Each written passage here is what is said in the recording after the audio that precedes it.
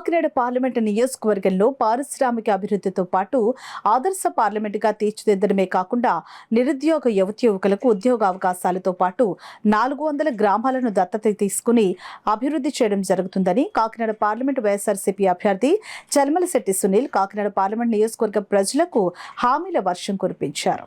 ఎన్నికల సమయం దగ్గర పడుతున్న కొద్దీ ఎన్నికల బరిలో ఉన్న అభ్యర్థులు తమ ప్రచారాన్ని రోజురోజుకు జోరు పెంచారు.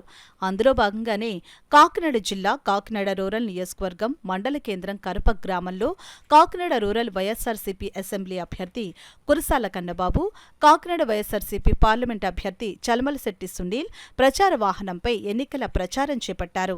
ఈ ప్రచారం కనీవిని ఎరుగని రీతిలో వేలాది మంది వైఎస్ఆర్సీపీ పార్టీ నాయకులు కార్యకర్తలతో కలిసి రోడ్ షో నిర్వహించారు.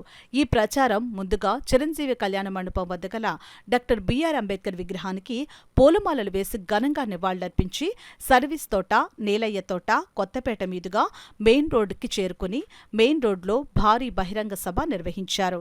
కరప వైఎస్ఆర్సీపీ కన్వీనర్ మేడిశెట్టి సత్యబాబు ఏర్పాటు చేసిన యాపిల్ పండ్లతో పూలమాల తయారు చేసి భారీ క్రేన్ ద్వారా వైఎస్ఆర్సీపీ ఎంపీ, ఎమ్మెల్యే అభ్యర్థులకు వేసి తమ అభిమానాన్ని చాటుకున్నారు.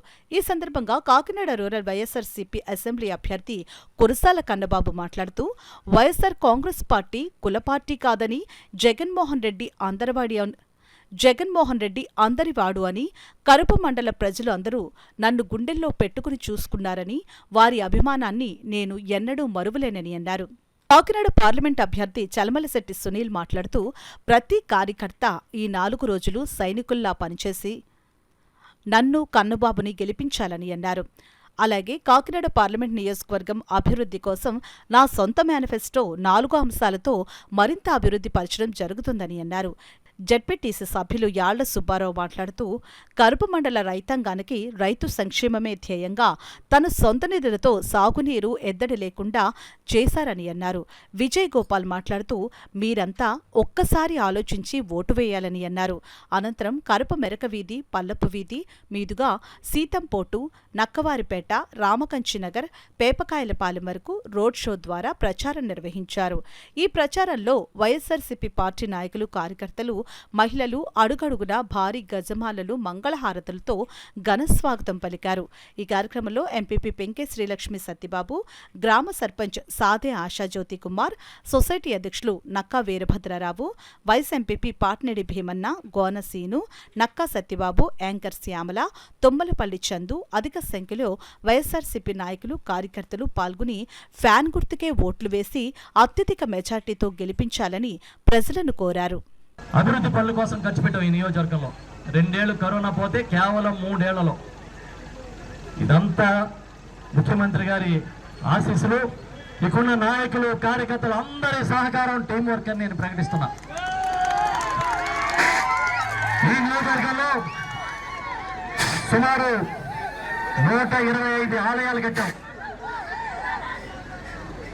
క్రిస్టియన్ కమ్యూనిటీ హాల్ కట్టాం, అంబేద్కర్ భవన్లు కట్టాం, అంబేద్కర్ విశ్రాంతి మందిరాలు కట్టాం. ఇక్కడ కడప హెడ్ క్వార్టర్లో శెట్టిపల్లి కళ్యాణ మండపం 1,35,00,000 పెట్టి కట్టాం. ఈ నియోజకవర్గంలో యాదవుల కళ్యాణ మండపాలు కట్టాం. మహాత్మా జ్యోతిరావు పూలే విగ్రహాన్ని పెట్టాం. ఇదే గ్రామంలో అంబేద్కర్ కళ్యాణ మండపం కడుతున్నాం. మహాత్మా జ్యోతిరావు పూలే కళ్యాణ మండపాన్ని బీసీ కళ్యాణ మండపానికి, శెట్టిపల్లి కళ్యాణ మండపానికి పేరు పెట్టాం.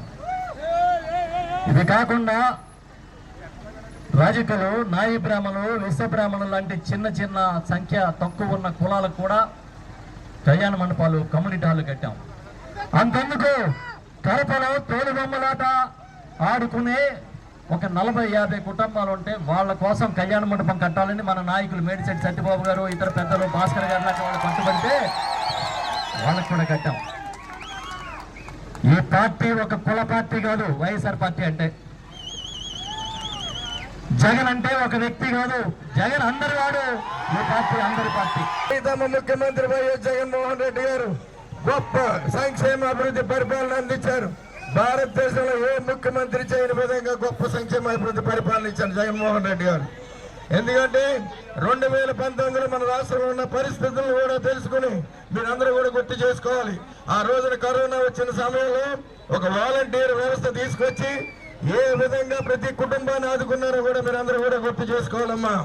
ఎందుకంటే భారతదేశంలోనే కాదు, ప్రపంచంలో ఎక్కడ ఆ మాదిరిగా ఎక్కడ సర్వీస్ అందించలేదు. అదే కాకుండా గడిచిన తర్వాత 3 సంవత్సరాల్లో కూడా 2,77,000 కోట్లతో సంక్షేమ కార్యక్రమాలు ఏ మాత్రం అవినీతికి తావు లేకుండా ప్రతి పేద కుటుంబానికి అందించిన వైనం కూడా అందరూ కూడా గుర్తు చేసుకోండి.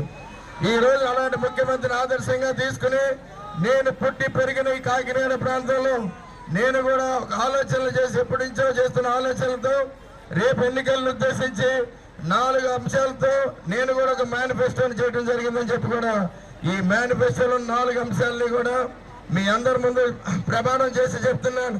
తప్పకుండా రాబోయే 5 ఏళ్లలో కూడా ఇవన్నీ కూడా అమలు పరుస్తామని చెప్పి కూడా మీ అందరికీ తెలియజేసుకుంటున్నాను. అందులో మొట్టమొదటిది కాకినాడ పార్లమెంట్ పరిధిలో ఉన్న 400 గ్రామాలని దత్తత తీసుకుని గ్రామానికి ₹1,00,00,000 నిధులతో 400 కోట్లతో రాబోయే 5 సంవత్సరాల్లో కూడా అభివృద్ధి చేస్తానని చెప్పి కూడా మీ అందరికీ హామీ ఇస్తున్నాను.